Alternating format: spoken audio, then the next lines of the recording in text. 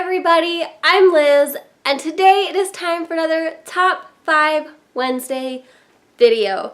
Today's topic is your favorite angsty romances. This was a very well requested topic, and I really love the description that Sam gives us for angsty, which basically means depressing, dark, brooding, angry, those really kind of negative things that you don't really think should represent a relationship, but for some reason, especially in YA books, angsty romances work and they really grab your attention. They really make you want to see if this relationship makes it till the end of the book.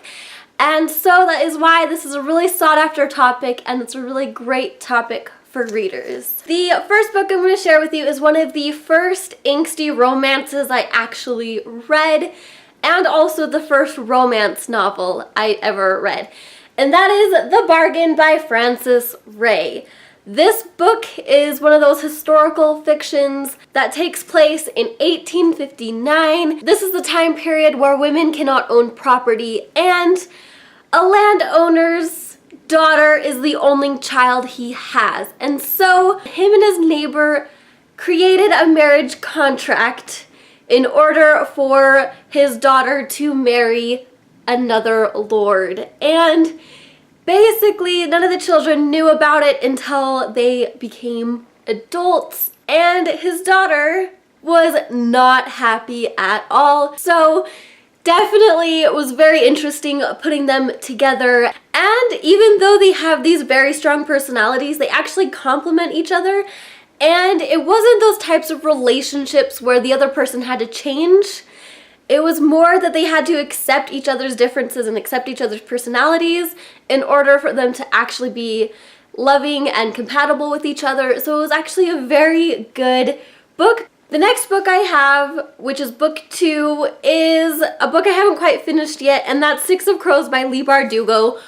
All of the romances and the relationships in this book are super angsty, but that's expected because they are all thieves and they're part of the slums and everything. So they're very morally gray characters, and with that leaves a lot of angst and brooding and anger, and I just love it so much. The next book I have, and it might not be one of my favorites of his written work, but this book has created that angsty romance, and that is the king of English literature himself, William Shakespeare, and the book is Romeo and Juliet. This book created angsty romances.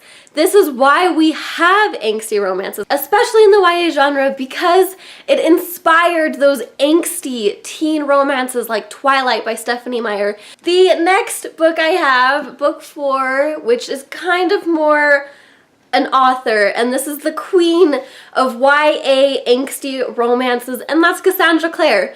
She has a very angsty romance in The Infernal Devices and also in The Mortal Instruments. She's very great at writing those angsty romances, and it's just what she does. And the last book, book number 5, is Fallen by Lauren Kate.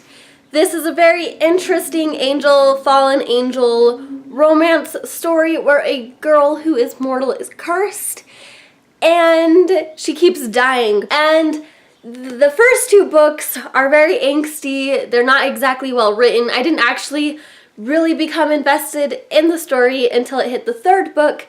And by the 3rd book, I was absolutely in love with the entire book as the main character, Luce, goes back in time to her previous reincarnation lives to get to the bottom of the curse that has been plaguing her for apparently multiple lifetimes and a millennia. Thank you guys so much for watching. Please let me know in the comments down below what are some of your favorite angsty romances, and I'll see you next time. Goodbye!